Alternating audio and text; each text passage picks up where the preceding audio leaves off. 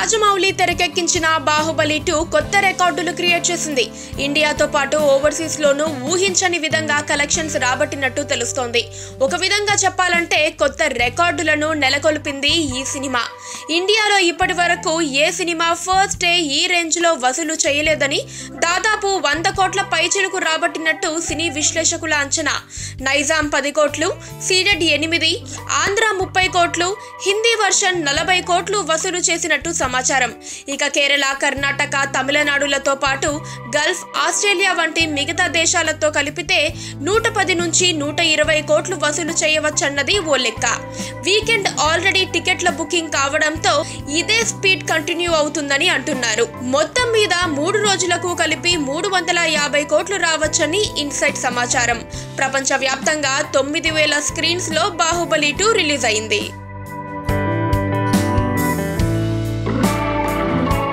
పక్కనే ఒక గంట సింబల్ కనిపిస్తుంది కదా, దాన్ని నొక్కారనుకోండి, మేం చేసే వీడియో అప్డేట్స్, నోటిఫికేషన్స్ అన్నిటితో మీ డివైస్లో వాలిపోతుంది.